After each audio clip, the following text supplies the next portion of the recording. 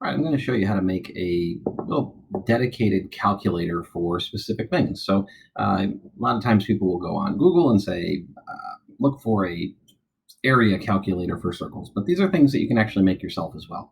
So if we have an input of a radius, we could have this spreadsheet automatically calculate the area, the circumference, the surface area, or the volume of a sphere if we're talking about a 3D object.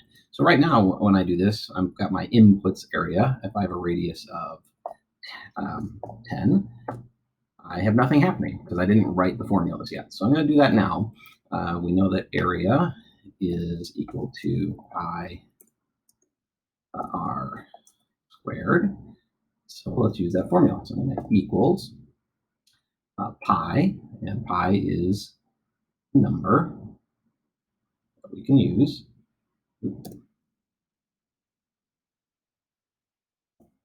And then times the radius. And squaring, we can do raised to the second power, okay? And right now, if I change that to a radius of 1 or a radius of 15, radius of 100, we're just going to get the area calculated. And we do a similar thing for circumference. So we know that circumference is equal to 2 pi times r. So we can use that same formula.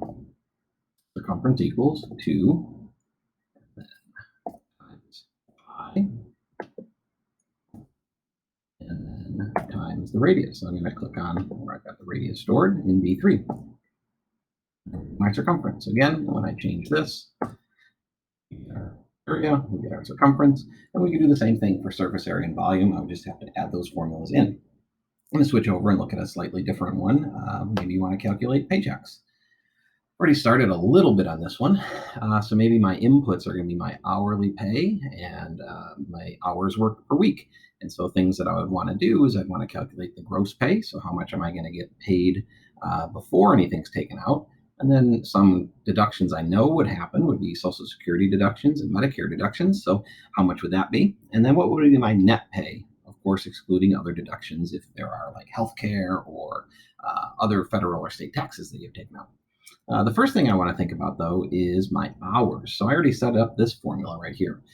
For my total hours worked in a week, I just have selected this cell will equal B4, whatever's typed there.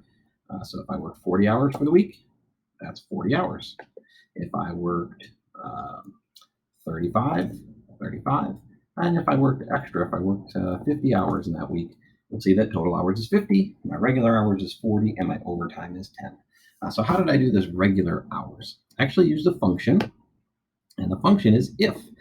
If this value stored in I7 is greater than 40, after the comma would be the then. What happens if that's true? I'm going to put the number 40 in there because my regular hours would be 40. That's the most regular hours I can work in a week. If not, I'm going to put whatever stored here as my regular hours. And so that's why when this was like 30, I would get 30 here. So I'll show you that. When this is 30, I get 30 because is this value greater than 40? No, it's not. So it's going to put the else value, which is what's stored in B4. Okay. Again, if I have bigger than it, 45 total hours, 45 is bigger than 40. So I'm going to put 40 in this spot, and the else doesn't happen. My overtime hours is a calculation of my total hours minus my regular hours. That leaves my overtime. Now this is going to allow me to calculate my gross pay. My pay is going to be my regular hours times my hourly rate plus my overtime hours times 1.5